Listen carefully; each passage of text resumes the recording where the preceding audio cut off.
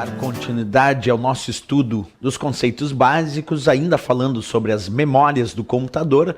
Agora nós vamos falar sobre a memória auxiliar ou secundária. Bem, quando falamos do termo memória auxiliar ou secundária, estamos falando da memória relacionada aos dispositivos de armazenamento de dados, como unidade de disco rígido, é memória auxiliar ou secundária.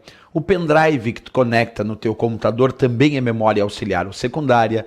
Pode ser o SSD, pode ser também um SSHD. São vários dispositivos que nós temos de memória auxiliar ou secundária. Mas por que esse nome? Porque ela auxilia o armazenamento de dados do cotidiano do usuário. E justamente é a diferenciação dela entre o que nós vamos comparar com memória principal. A memória principal do computador, que é a memória RAM, é a responsável por manter os dados que estão em processamento. Quando nós falamos de memória auxiliar ou secundária, a ideia não é manter os dados que estão em processamento, e sim manter os arquivos do usuário, os seus programas, os seus dados armazenados sem que tenha volatilidade. Quer dizer, tu pode desligar o teu computador e os dados vão permanecer armazenados quando a memória é auxiliar ou secundária. Então, imagina que eu estou digitando um documento no Word.